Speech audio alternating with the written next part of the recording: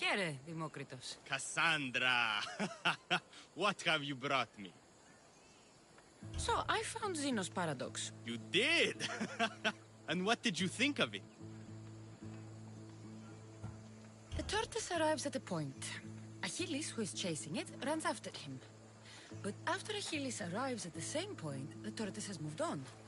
By the time Achilles arrives at the tortoise's new spot, the creature has again moved further. Exactly. It shows how the universe divides itself infinitely. A mathematical theory hidden in a child's fable. Zeno was clever. Every knowledgeable old man I've ever met was an idiot. But the minds of children are endlessly wise. I found the original golden ratio. A discovery that will change the course of existence.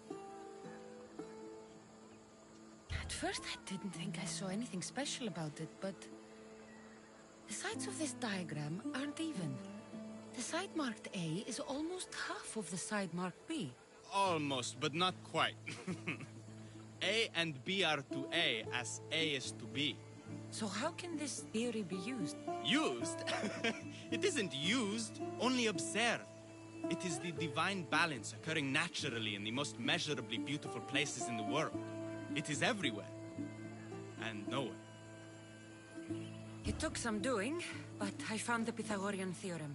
The greatest breakthrough the world will ever know. And now we have it in its original glory. I thought it might be about the points of the triangle, but the theorem is about the length of the sides.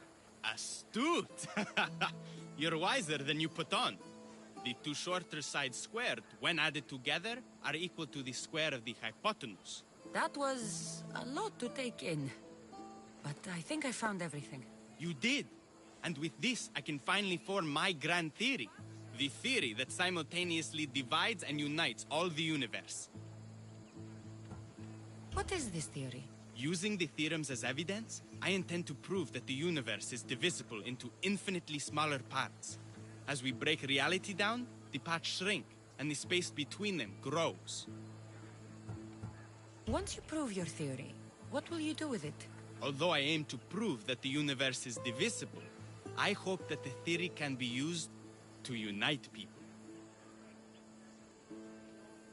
All of this sounds ambitious. One can't achieve greatness by attempting mediocrity. But I confess, I have a personal motivation. Everyone always does. Ha!